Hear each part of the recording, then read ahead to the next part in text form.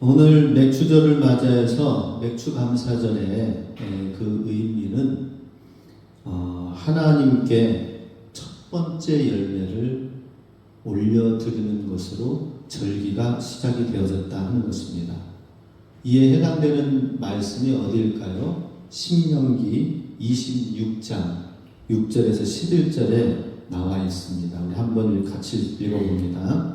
애국 사람이 우리를 학대하며 우리를 괴롭히며 우리에게 중노동을 시키므로 우리가 우리 조상의 하나님 여호와께 부르짖었더니 여호와께서 우리 음성을 들으시고 우리의 고통과 신고와 압제를 보시고 여호와께서 강한 손과 편팔과 큰 위엄과 이적과 기사로 우리를 애굽에서 인도하여 내시고 이곳으로 인도하사 이 땅 곧 젖과 꿀이 흐르는 땅을 주셨나이다.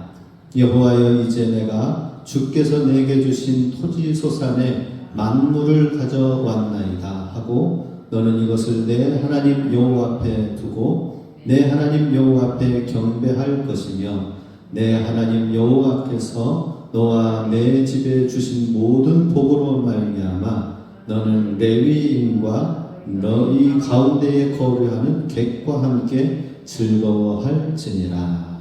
아멘.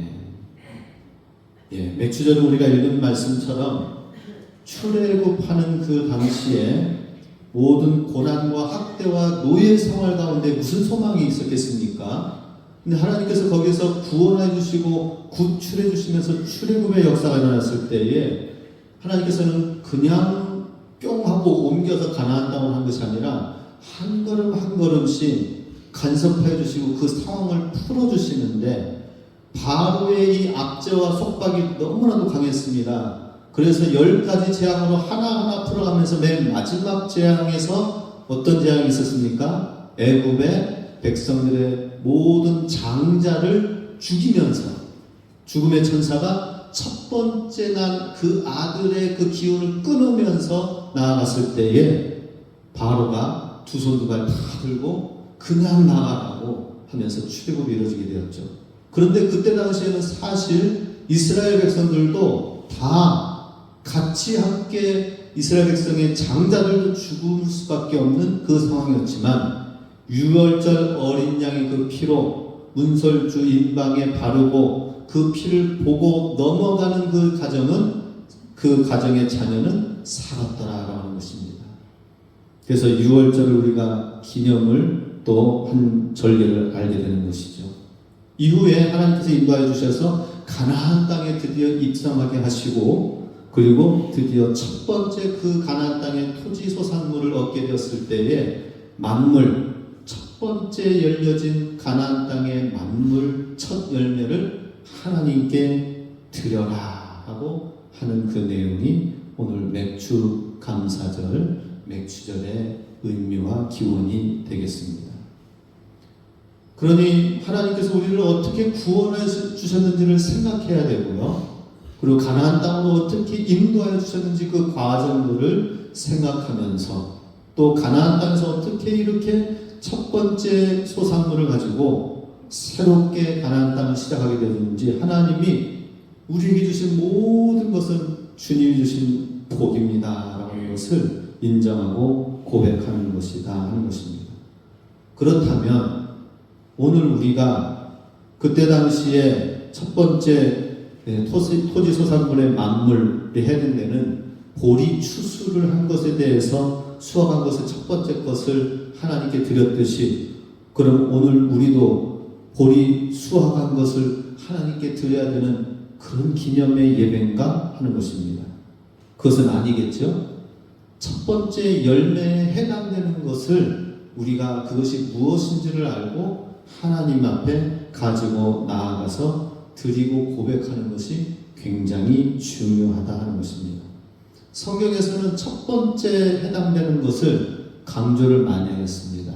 하나님의 수많은 말씀들과 계명들이 있지만 그 중에서 첫 번째 계명은 무엇이다 라고 말씀하셨습니까? 주 너의 하나님을 마음을 다하고 뜻을 다하고 힘을 다하여 주 너의 하나님을 사랑하며 그리고 내 이웃을 내 몸과 같이 사랑하라는 것이 첫 번째 계명이라고 했습니다. 가장 가장 중요한 것이 하나님을 사랑하는 것이고 또 우리 이웃을 내 몸처럼 사랑하는 것, 이것이 하나님이 우리에게 가장 먼저 가장 중요하게 요구하시는 계명이 되겠습니다. 또한 하나님께서는 요한계시록에서도 처음 사랑을 버렸던 에베소 교회를 책망하면서 하나님이 처음에 주셨던 그 사랑을 잃어버려서는 안 된다. 계속해서 그 첫 번째 처음 가졌던 그 열정과 그 사랑이 점점 더 키워가야 된다는 것이죠. 사실 우리 육신의 사랑은 한계가 있습니다. 그죠? 부부가 만나서 사랑하는 데에도 미운정, 고운정 다 들면서 이게 사랑인지 아닌지 분명히 처음엔 사랑으로 시작이 된 것 같지만은 어려운 과정들을 겪습니다. 그런데 우리가 하나님의 처음 사랑 부분에 대해서는 어떻습니까? 하나님을 뜨겁게 사랑하는 그 시간들이 반드시 있어야 됩니다. 정말 주님 없이는 내가 살 수 없습니다라는 이러한 첫사랑의 시작이 있어야 된다는 것이죠. 하나님이 내 인생의 전부입니다라고 하는 그런 첫 번째 사랑이 있어야 되고, 그것이 시간이 가면 갈수록 더 뜨겁고 더 진하게 하나님이 전부입니다. 하나님 모든 것 다 없어지고 다 어려운 상황이어도 하나님만이 나에게 전부입니다라는 이 고백이 계속해서 있어야 되는 것, 이것이 또한 첫사랑을 회복하라는 의미가 되겠습니다. 예수님께서는 또한 부활의 첫 열매가 되신다고 하면서 예수님이 첫 열매다라고 말씀하십니다. 예수님께서 먼저 죽으시고 부활하셔서 부활 승천하심으로 오늘 우리도 죽어도 다시 살아날 것에 대한 소망을 갖고 하나님을 끝까지 믿는 거 아니겠습니까? 그렇기 때문에 우리가 어떤 상황에 놓여져 있어도 주님은, 예수님께서는 죽었다가 다시 살아나셨는데 이것을 먼저 보여주셨으니까 나도 우리도 어떤 어려운 상황 가운데 있어도 다시 하나님이 일으켜 세우신다는 이 믿음을 우리가 갖는 거 아니겠습니까? 그 믿음이 끝까지 가서 나중에는 죽어도 다시 살아나는 부활의 은혜에 동참하게 되는 것입니다. 그래서 성경에서 이렇게 첫 번째 해당되는 것을 굉장히 강조를 하는데, 오늘 맥주 감사절을 통해서는 첫 열매를 하나님 앞에 드리라고 하는 것이 무엇인가 하는 것입니다. 첫 열매라면은 그것은 우리가 농사 지은 사람에게만 해당되는 것인가? 그것은 아니다라는 것입니다.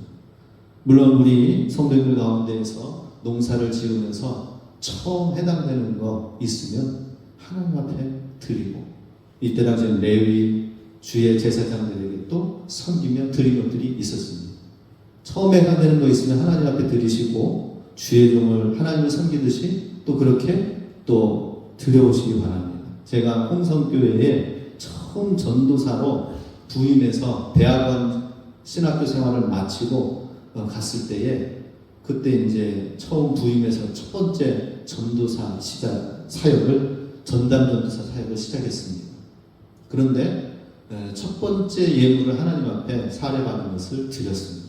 그래서 그런지 모르겠지만 새벽 예배 끝나고 나서 부격자 사택에 들어오면은 그 입구에 가끔씩 검은 봉다리가 그 손잡이에 묶여져 있는 거예요. 뭔가 하고 열어봤더니 이게 웬일입니까? 온갖 종류의 알들이 다 있는 거예요. 달걀은 우리가 맨날 봐서 알죠? 그런데 엄청 큰 알이 있는 거예요. 아마 거위알인가 그런 것 같습니다. 또 어떤 알은 파란색 알이 있는 거예요.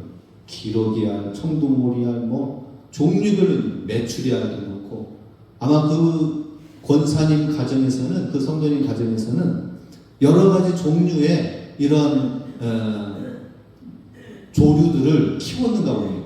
거기서 나는 것들을 가지고 새벽 예배 마치고 나면 기도하고 나면서 딱 한 묶음씩 묶어놓고 가길래 제가 아침마다 후라이 해먹고 아주 잘 해먹으면서 참 감사했었습니다. 이야, 이렇게 전담전도사 나와서 사역 나와서 이렇게 새벽 예배 맞추고 나니까 문고리에 이렇게 놓고 가시는 성도님도 계시는구나. 근데 나중에 보니까 그게 첫 열매인 거예요. 첫 시간을 하나님 앞에 드리면서 주님 앞에 나가면서 섬겼던 그런 흔적들입니다. 근데 그분은 저랑 뭐 많은 대화를 나눈 분도 아닙니다. 교구가 뭐 같이 있었던 것도 아니고 그런데 정말 시골에 남루한 그런 분이셨는데 늘 그렇게 하고 가셨는데 많이 대화도 나누지도 못했습니다. 그리고 사역을 떠나 나와서 늘 가끔씩 생각나는 거예요. 아, 그 문고리에 매달아 놨던 그 권사님 지금은 뭐 20년이 지났으니까 뭐 생전에 계시는지 모르겠지만 지금도 계속 기도하는 건 또 그 자녀들을 위해서 또 기도하는 마음이 문득문득 듭니다. 하나님 앞에 이렇게 육신적인 첫 열매를 드리는 것도 굉장히 하나님 의미 있는 것이지만 무엇보다 우리가 신앙생활을 하면서 첫 열매를 드린다는 것은 무엇인가? 그것은 우리 삶 속에 열매도 다 하나님이 하신 거잖아요. 그죠? 하나님이 자라나서 맺게 하신 것도 하나님이십니다.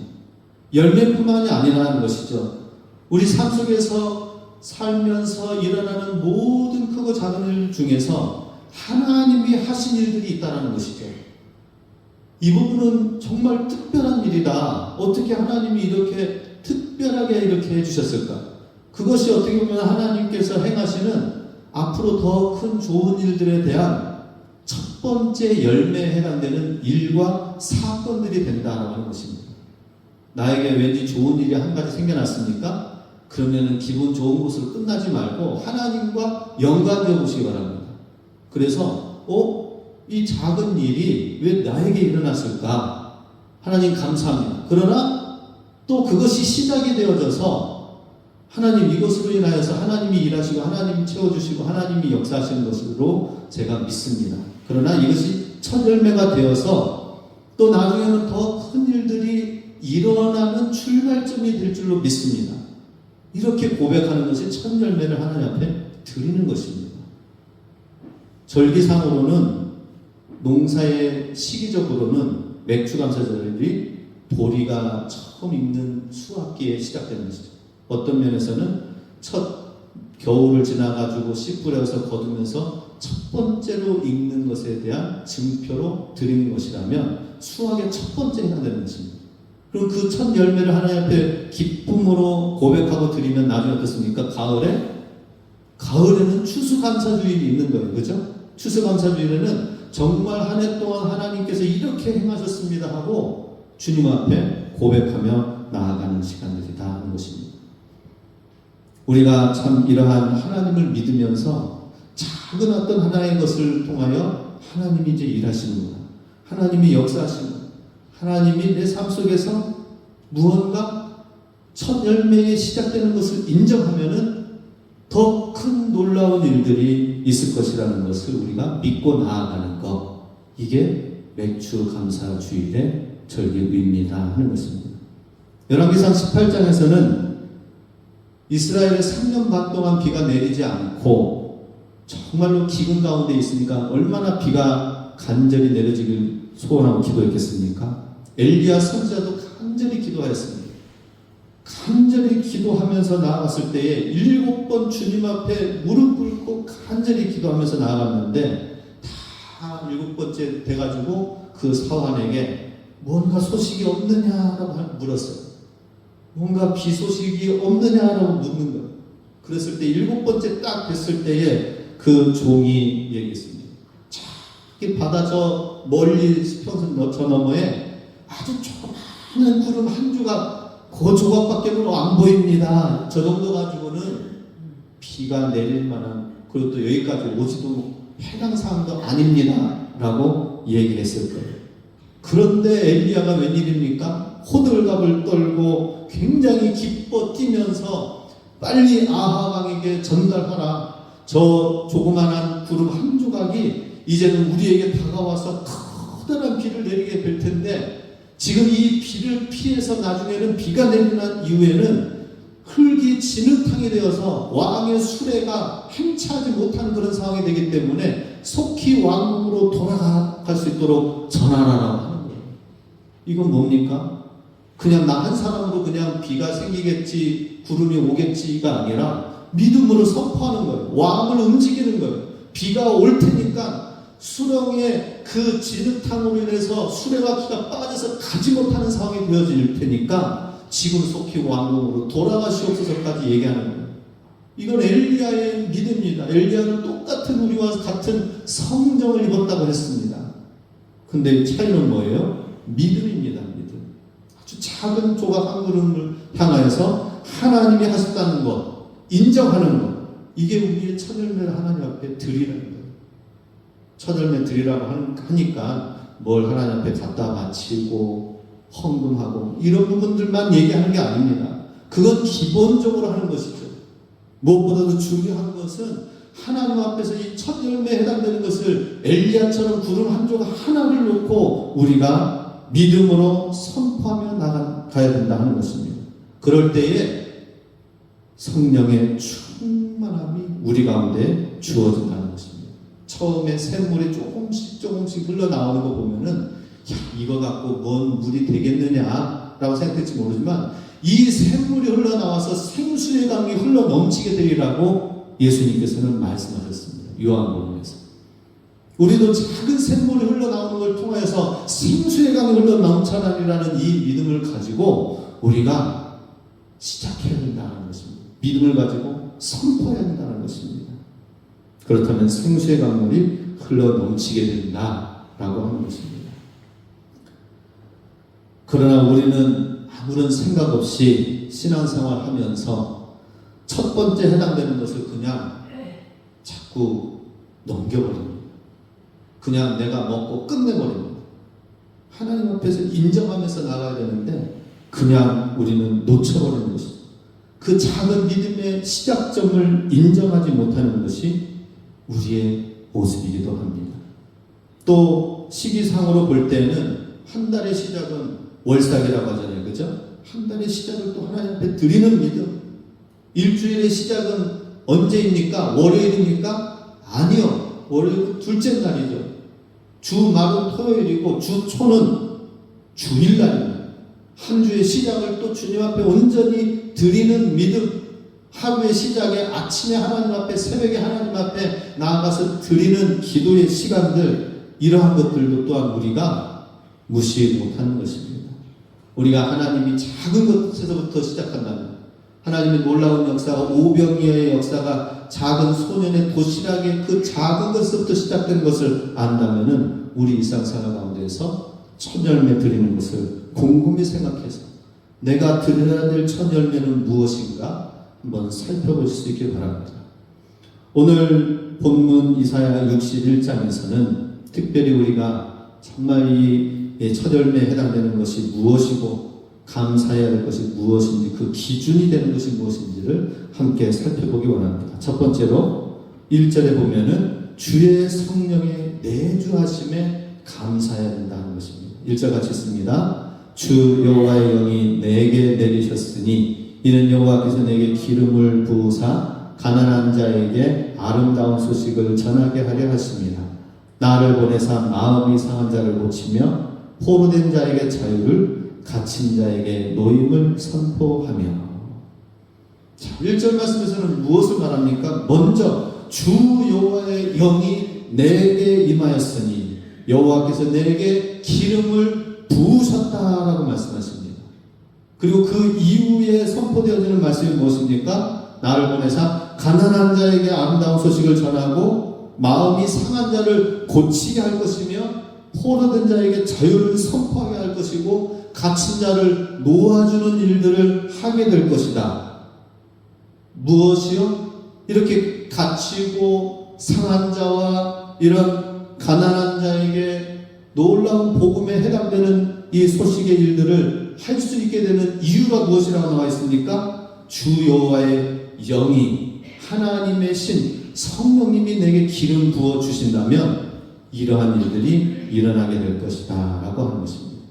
많은 사람들이 하나님의 영의 임재는 생각하지 아니하고 주여 나의 가난한 것을 돌아봐 주시옵소서, 나의 묶여져 있는 갇힌 모습들을 놓여지게 하여 주시옵소서, 나의 상한 마음을 치료하여 주시옵소서 하는데, 그 문제를 놓고 기도하기 이전에 보다 더 중요한 것은 무엇이라고요?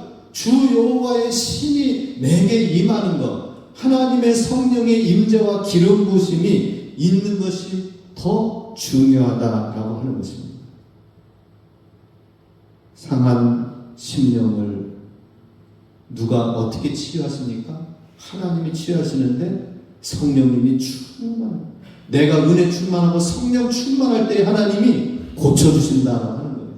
우리는 단순하게 어디 점쟁이한테 가가지고 빌고 하면서 또 무당한테 문제가 해결되지 않으면은 북치고 장구치고 칼 위에까지 올라서면서 그렇게 할 이유가 뭐가 있습니까? 믿지 않는 사람들은 하도 답답하니까 그렇게라도 하지요. 우리는 무엇입니까?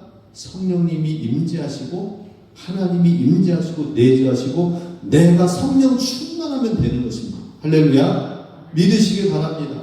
성령 충만하면은 그 다음에는 이게 첫 열매가 해당되는 것입니다. 내 가운데에 하나님 말씀이 충만하고 믿음이 충만하고 은혜가 충만하고 성령 충만하면 그 다음에는 가난한 것이 해결이 되어지고 포로되는 것이 풀어지는 일이 생겨나고 묶여졌던 것이 노임을 받게 되고 상한 심령들이 놓여지게 된다라고 하는 것입니다. 첫 열매에 해당되는 것이 뭐라고요? 첫 번째 키에 해당되는 게 바로 성령의 기름 부으심이다 하는 것입니다. 성령의 임재를 사모하시기 바랍니다. 세월을 아끼라고 에베소서에서 말씀하셨습니다. 그러므로 오직 성령의 충만함을 받으라고 하였습니다. 정말 우리가 성령 충만할 때에 우리가 세월을 아끼면서 나아갈 수가 있는 것입니다.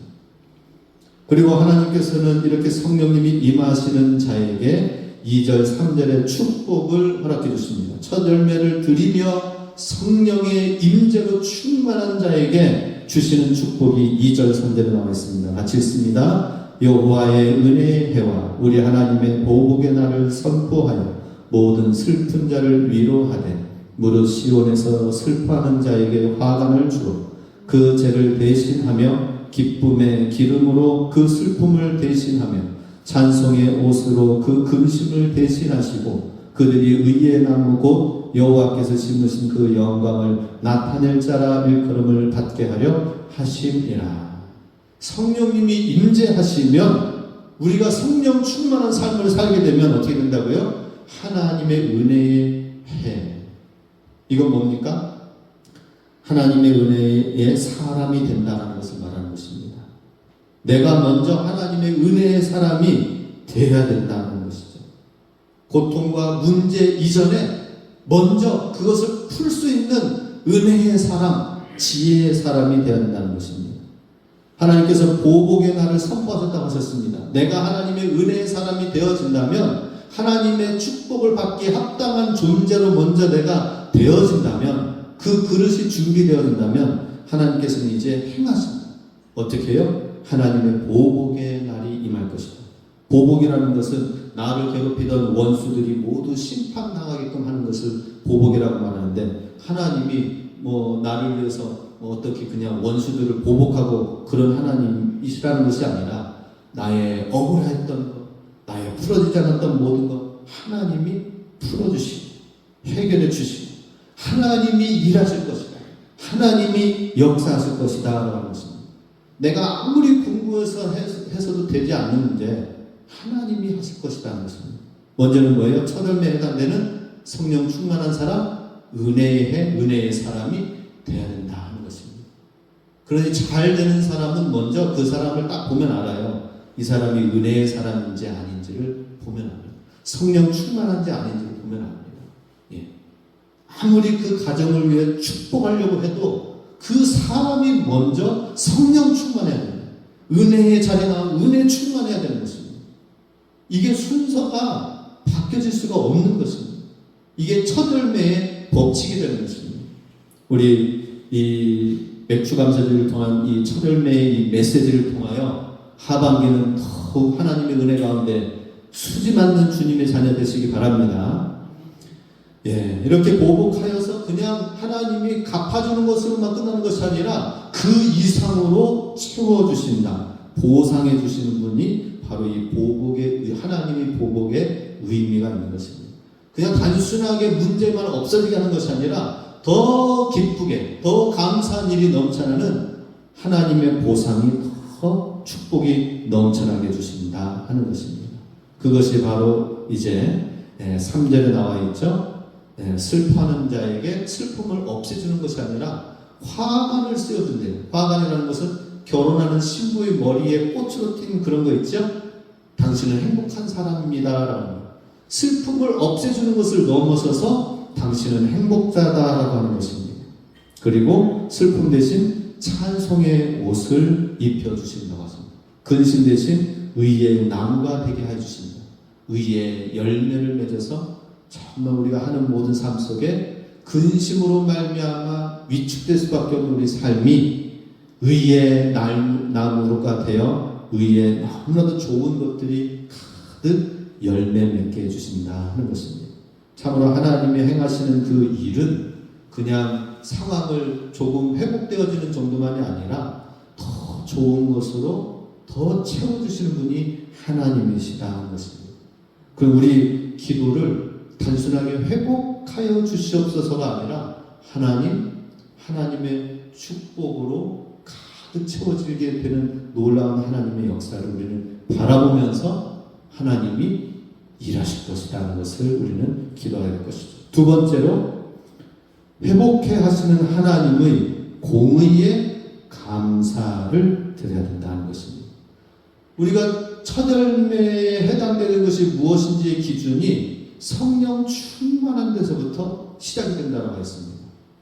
그리고 이번에는 하나님의 공의를 우리는 기억해야 된다는 것이죠.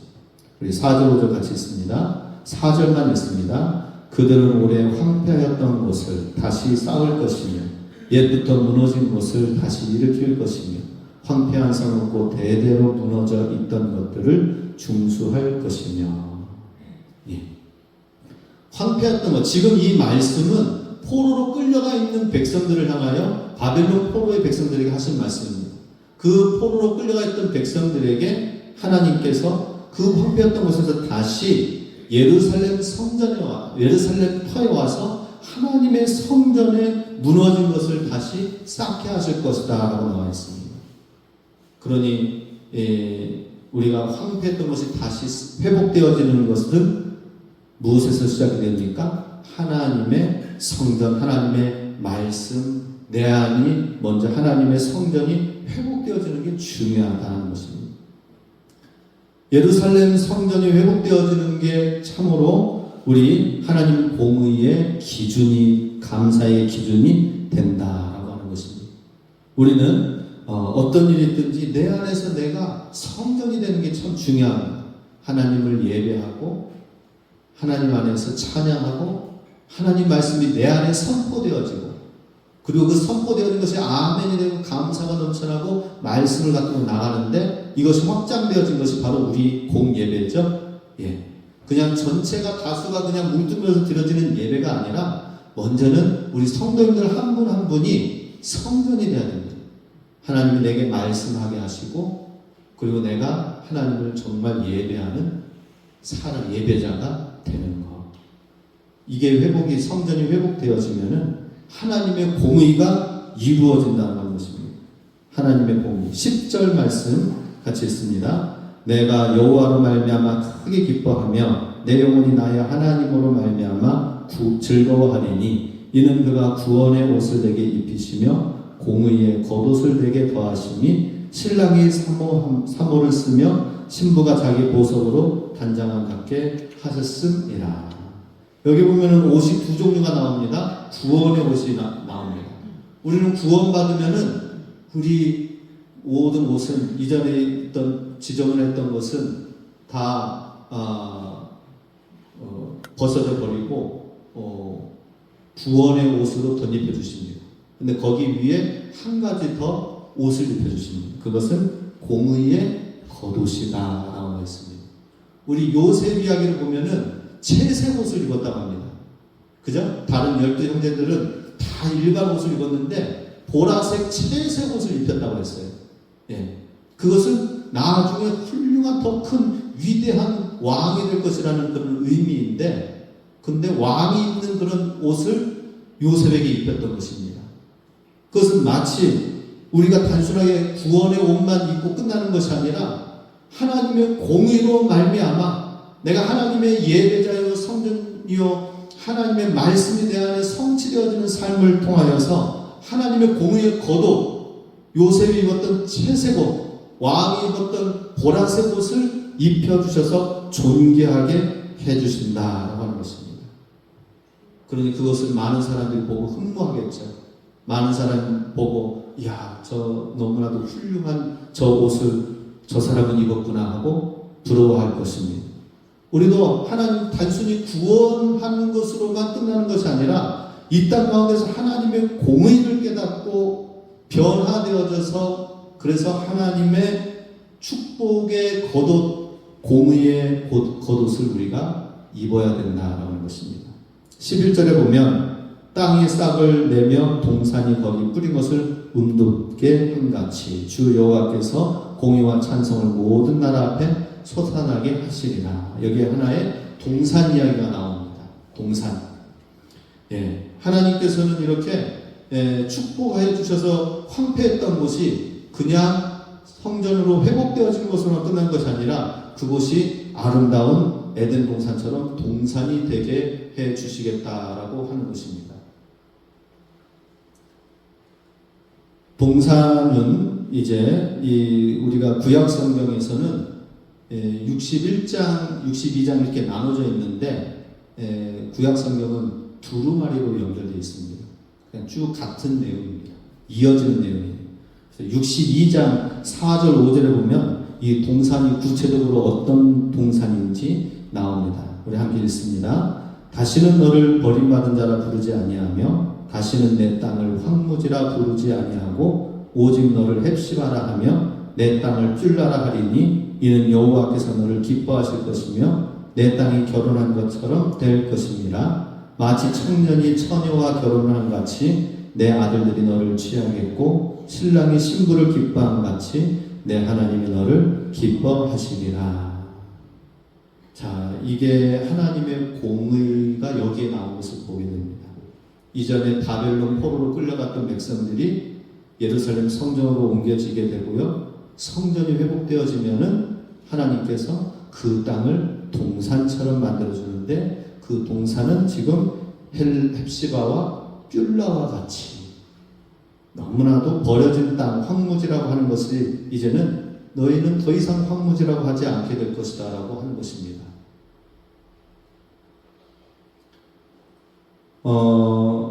그 이유는 무엇인가? 바벨론에서는 이스라엘 백성이 포로로 끌려가면서 그냥 낙심되고 없어지는 그런 존재가 아니라 거기에서 반드시 하나님의 공의가 작용이 되어집니다.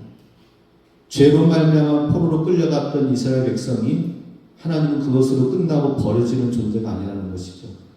거기에서 하나님의 공의가 성실한 공의가 이루어집니다. 어떻게 해요? 우리를 그 종되었던 곳에서 겸손케 하고 이전에 말씀 들리지 않고 교만했던 곳에서 이제는 하나님 말씀이 들려지고 그러니 우리가 가난하고 포로되어지고 연약했던 그 시기가 사실은 하나님 우리를 다시 새롭게 만드는 시간들이 된다 하는 것입니다. 이게 하나님의 공의입니다.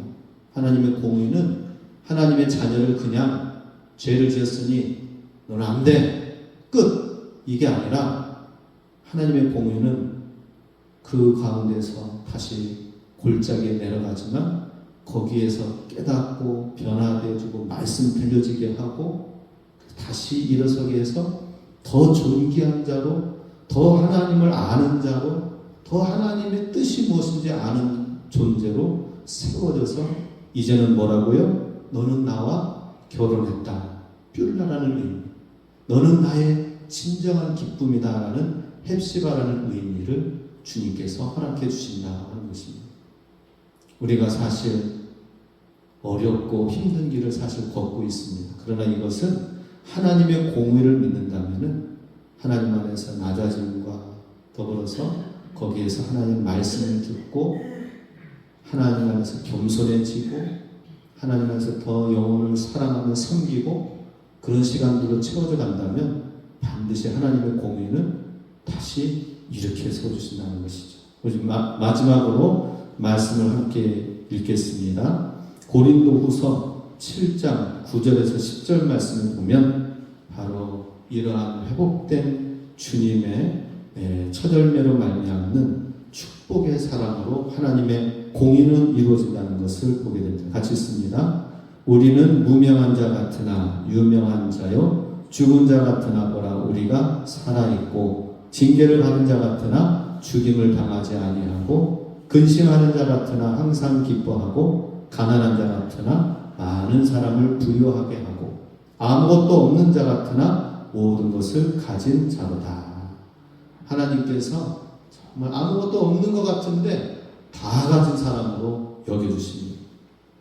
가난한 사람 같은데 진짜 부유한 사람으로 만들어주십니다. 세상의 기준으로 그걸 판단해서는 안 되는 것입니다.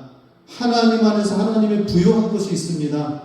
이것이 첫 열매의 하나님의 사건으로 인정하는 자에게 하나님이 세워주시고 변화시켜 주셔서 비올라와 헵시바의 은혜를 허락해 주십니다.